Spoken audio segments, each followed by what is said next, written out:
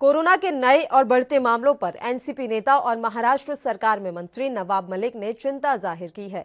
साथ ही उन्होंने पूर्व सीएम फडणवीस पर भी निशाना साधा है। देश में कोरोना के केसेस 2,61,000 से पार चले गए। महाराष्ट्र में भी लगभग 64-65 हजार केस हर दिन निकल रहे हैं।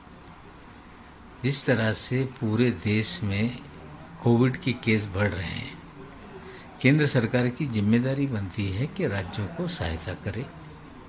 ऑक्सीजन की कमी हो रही है, वो पूरा करने का काम करे।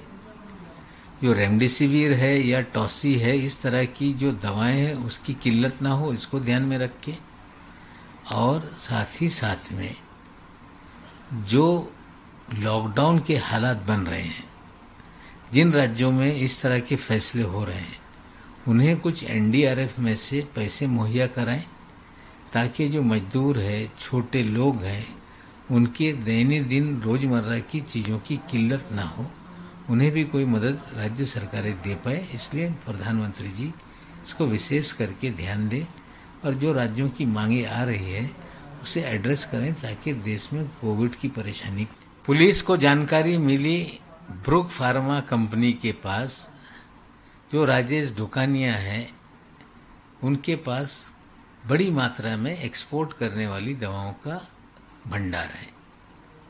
निश्चित रूप से पुलिस बुलाएगी जानकारी लेने के लिए। जो ढुकानिया है उन्हें बुलाया गया, पूछताछ चल रही थी, लेकिन जब कोई पूछताछ चलती है तो नेता विपक्ष के दोनों नेता, उनके विधायक पुलिस स्टेशन में जाके अधिकारियों से सवाल जवाब करने लगते हैं। क्या कनेक्शन है भारतीय जनता पार्टी का? अगर कोई कंपनी का मालिक, जिसे दावा बीजेपी कर रही थी कि 50,000 वायल हमें ये कंपनी देने वाली है, जो गैर कानूनी था, उसको जाकर पुलिस स्टेशन में वकील की तरह जिरह करने का काम नेता प्रतिपक्ष कर रहे थे। वो विरोधी पक्ष नेता की हैसियत से गए थे कि वकीली करने के लिए गए थे।